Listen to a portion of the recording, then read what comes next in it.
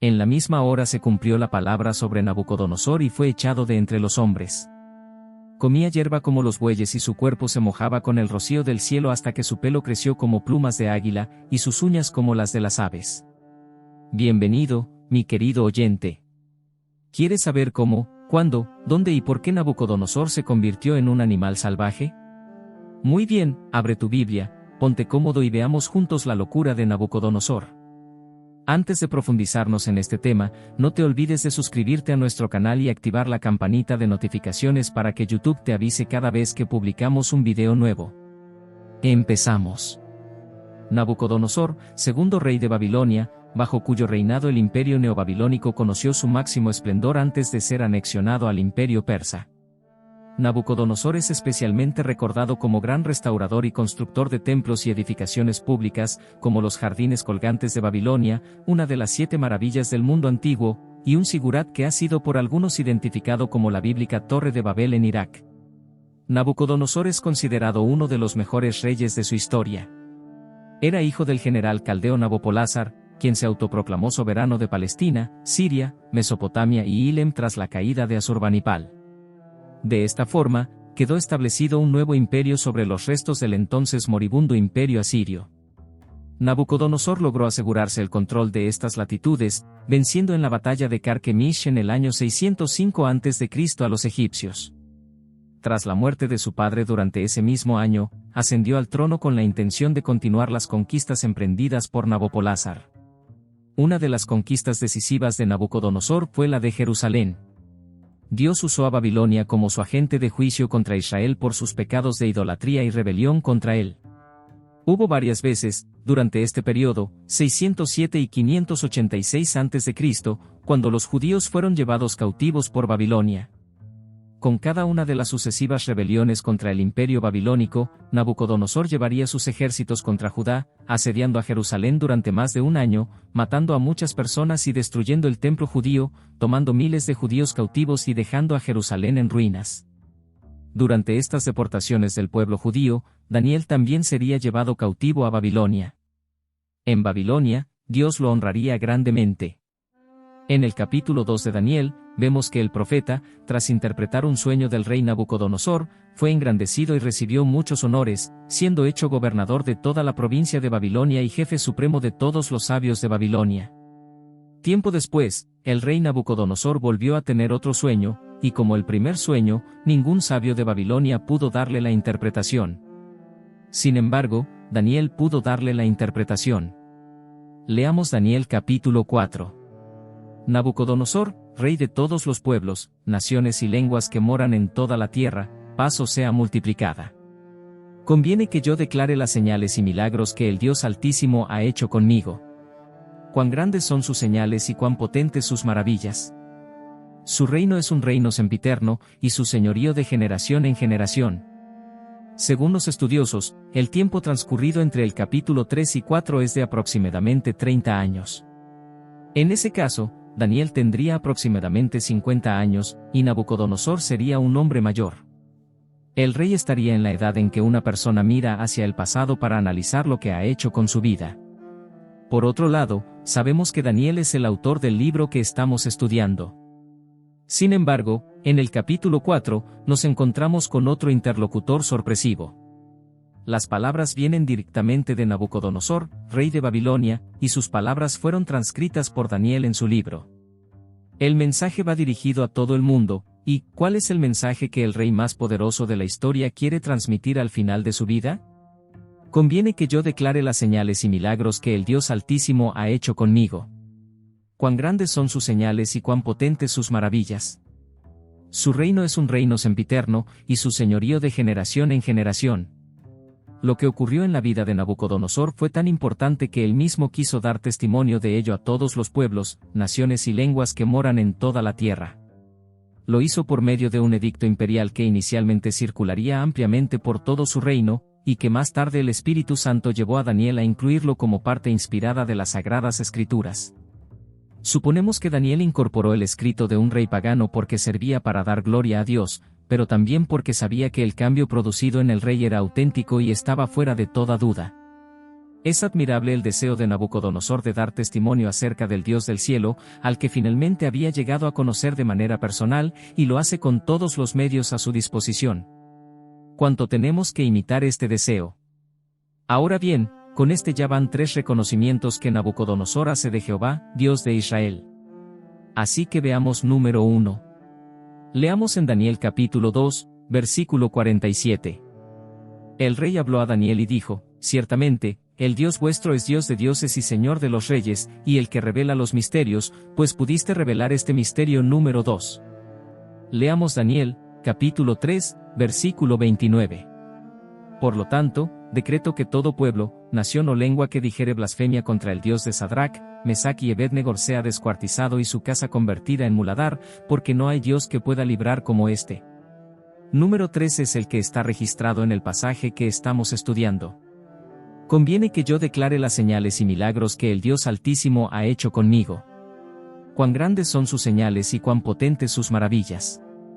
Su reino es reino sempiterno y su señorío de generación en generación. Este capítulo es muy singular, ya que es el testimonio de un rey gentil y cómo Dios cambió su corazón. Con esto, Nabucodonosor es un buen ejemplo de un testigo, uno que relata lo que ha visto y experimentado. Estimado oyente, lo que Dios ha hecho por nosotros, Satanás tiene un gran interés en mantenernos en un silencio antinatural sobre las señales y milagros que el Dios Altísimo ha hecho con nosotros. Si vemos en las Sagradas Escrituras y también en los libros de historias, nos encontramos con que Nabucodonosor era un gran rey en Irak, considerado uno de los mejores reyes de su historia. Pero en este capítulo, él reconoció que el reino de dioses era aún más grande y que su dominio era completamente único porque era un reino sempiterno. Antes de la prueba de humildad, Dios le dio al rey la oportunidad de aprender por las buenas, y esa oportunidad vino como una advertencia a través de un sueño. Continuemos leyendo el relato bíblico. Yo, Nabucodonosor, estaba tranquilo en mi casa y floreciente en mi palacio. Vi un sueño que me espantó y, tendido en cama, las imaginaciones y visiones de mi cabeza me turbaron. Por esto, mandé que vinieran delante de mí todos los sabios de Babilonia para que me mostrasen la interpretación del sueño. Vinieron magos, astrólogos, caldeos y adivinos. Les dije el sueño, pero no me pudieron mostrar su interpretación hasta que entró delante de mí Daniel, cuyo nombre es Belsasar, como el nombre de mi Dios, y en quien mora el espíritu de los dioses santos. Conté delante de él el sueño, diciendo: Belsasar, jefe de los magos, ya que he entendido que hay en ti espíritu de los dioses santos y que ningún misterio se te esconde, declárame las visiones de mi sueño que he visto y su interpretación. Estimados oyentes, el descanso de Nabucodonosor era el descanso falso de los impíos. Dios pronto le sacudió de su falsa seguridad. Nótese que Nabucodonosor estaba tranquilo y floreciente, en otras palabras, estaba en un momento de paz y prosperidad. Se trataba de un periodo de su vida cuando ya había conquistado a numerosas naciones y había realizado una inmensa construcción de Babilonia, tal como atestiguan numerosos restos arqueológicos. Podríamos decir que era un merecido tiempo de paz y prosperidad después de los grandes esfuerzos realizados. En esas circunstancias, Nabucodonosor recibió una segunda revelación de Dios a través de un sueño que le asustó. Vi un sueño que me espantó y, tendido en cama, las imaginaciones de mi cabeza me turbaron. A diferencia de la ocasión anterior, en esta sí que recordaba el sueño, pero le intrigaba su significado. De nuevo, el rey volvió a reunir a todos los sabios de Babilonia, magos, astrólogos, caldeos y adivinos, para que le mostrasen la interpretación del sueño. Pero, como ya había pasado anteriormente, no pudieron mostrársela.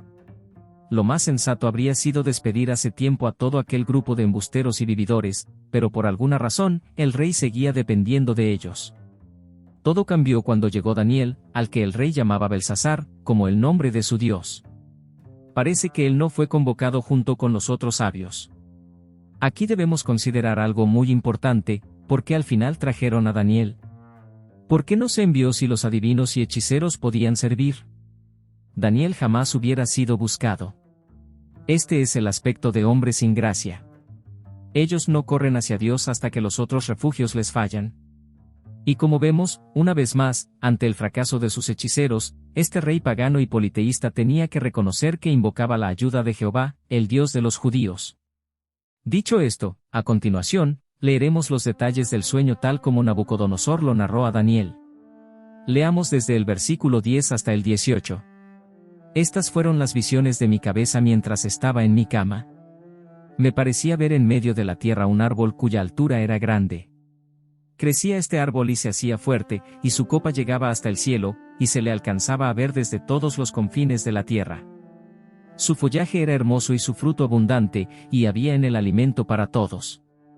Debajo de él se ponían a la sombra las bestias del campo, y en sus ramas hacían morada las aves del cielo, y se mantenía de él toda carne. Vi en las visiones de mi cabeza, mientras estaba en mi cama, que aquí un vigilante y santo descendía del cielo y clamaba fuertemente, y decía así: derribad el árbol y cortad sus ramas. Quitadle el follaje y dispersad su fruto. Váyanse las bestias que están debajo de él y las aves de sus ramas. Mas la cepa de sus raíces dejaréis en la tierra, con atadura de hierro y de bronce. Entre la hierba del campo se ha mojado con el rocío del cielo, y con las bestias sea su parte entre la hierba de la tierra. Su corazón de hombre se ha cambiado y les ha dado corazón de bestia. Y pasen sobre él 7 tiempos. La sentencia es por decreto de vigilantes y por dicho de los santos. La resolución para que conozcan los vivientes que el Altísimo gobierna el reino de los hombres y que a quien él quiere lo da y constituye sobre él al más bajo de los hombres. Yo, el rey Nabucodonosor, he tenido este sueño. Tú, Belsasar, dirás la interpretación, porque todos los sabios de mi reina no han podido mostrarme su significado, pero tú puedes porque mora en ti el espíritu de los dioses santos. Estimado lector, nótese que la copa del árbol que llegaba hasta el cielo nos trae recuerdos de la Torre de Babel, cuya cúspide buscaba alcanzar el cielo. Esa torre fue construida en el mismo lugar donde Nabucodonosor tenía la capital de su imperio y donde tuvo este sueño. El sueño no encerraba grandes dificultades. Nabucodonosor había visto un árbol en medio de la tierra que le llamó la atención por su tamaño, belleza y fruto. En él encontraban alimento y refugio muchos animales que vivían a su cobijo. Sin embargo, aunque este árbol crecía y se hacía fuerte, de tal modo que su copa llegaba hasta el cielo, la tragedia lo alcanzó. Esta vino por medio de un mensajero enviado del cielo, al que Nabucodonosor, como rey pagano, identifica como un vigilante y santo que descendía del cielo. Este mensajero dijo que el árbol debía ser derribado, sus ramas cortadas, sus hojas arrancadas y su fruto esparcido, para que los animales y aves que habían encontrado refugio fueran dispersados. Sin embargo, la cepa de sus raíces no debía ser cortada, sino asegurada en la tierra con atadura de hierro y bronce. Luego, el sueño cambia y el árbol se convierte en un hombre al que se le da corazón de bestia, comportándose como tal, viviendo con las otras bestias, mojándose con el rocío del cielo y comiendo hierba de la tierra. Este estado se prolongaría por un periodo de 7 tiempos, que probablemente indique 7 años. El propósito de todo esto era que los vivientes conocieran que el Altísimo gobierna el reino de los hombres y que a quien él quiere, lo da y constituye sobre él al más bajo de los hombres. Estimados oyentes, Nabucodonosor se sentía muy satisfecho de sus logros, había alcanzado todo y aparentemente no tenía un sueño por realizar ni una cima por conquistar. Tenía esa actitud de quien está excesivamente satisfecho consigo mismo, de quien dice que lo tiene todo y no necesita a Dios.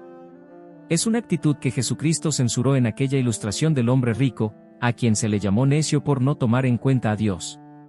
El Señor le da la oportunidad al rey de poner en orden sus asuntos. Todos los seres humanos, les sirvan o no, crean o no, tendrán que rendirle cuentas al Creador. Dios tiene un plan para cada una de sus criaturas, es un plan de bien y no de mal. Su amor es tal para nosotros que nos lo da a conocer de una u otra manera. En este caso, le habló al rey a través de un sueño. Veamos la interpretación que hizo Daniel al sueño de Nabucodonosor. Leamos el versículo 19 hasta el 27. Entonces, Daniel, cuyo nombre era Belsasar, quedó atónito casi 1 hora y sus pensamientos lo turbaban. El rey habló y dijo: Belsasar, no te turbe ni el sueño ni su interpretación.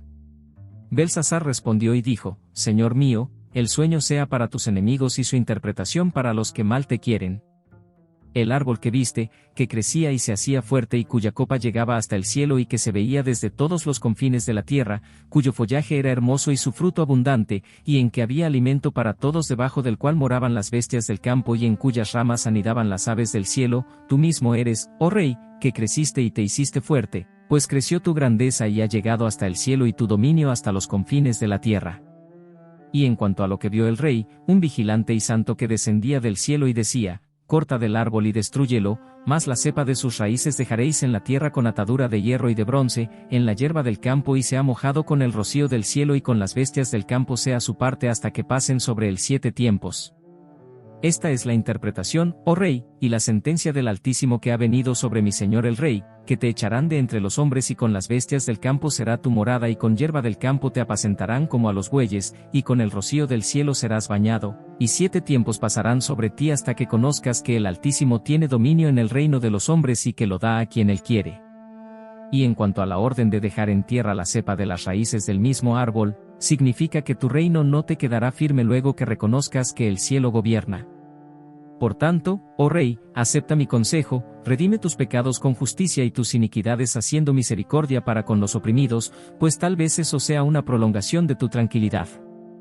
Estimados oyentes, Daniel genuinamente estaba preocupado por Nabucodonosor y estaba claramente afectado por el significado del sueño. Por esa razón, quedó atónito casi 1 hora y sus pensamientos lo turbaban. Tal vez nos preguntemos por qué llegó a turbarse de ese modo. Seguramente el aprecio que Daniel tenía hacia el rey le llevaba a intentar evitar informarle de un mensaje de juicio como el que el sueño le daba. En todo caso, esta no es la única ocasión en la que Daniel fue afectado espiritual y físicamente por las revelaciones que recibía. En esto notamos que él no era una máquina que transmitía la voluntad de Dios sin ser afectado por ello. Dios usaba a personas reales y con emociones para comunicar su mensaje. Después de que Daniel expone la interpretación del sueño, le aconseja al rey redimir sus pecados con justicia y sus iniquidades haciendo misericordia para con los oprimidos. Daniel deja claro que la sentencia del Altísimo ha venido sobre el rey y que su reino no le quedará firme hasta que reconozca que el cielo gobierna. El consejo de Daniel es claro y directo: cambiar su actitud y acciones, practicar la justicia y la misericordia, especialmente hacia los oprimidos. El resultado podría ser una prolongación de su tranquilidad. Este sueño es un recordatorio de la soberanía de Dios sobre los reinos de los hombres. Aunque Nabucodonosor era un poderoso rey, no estaba exento de rendir cuentas ante el Altísimo. Este episodio también muestra la importancia de la humildad y la obediencia a Dios. Nabucodonosor, al no reconocer la soberanía divina y enorgullecerse de sus logros, experimentaría la humillación y la corrección divina. Es relevante para nosotros reflexionar sobre nuestra propia actitud hacia Dios y reconocer su autoridad sobre nuestras vidas.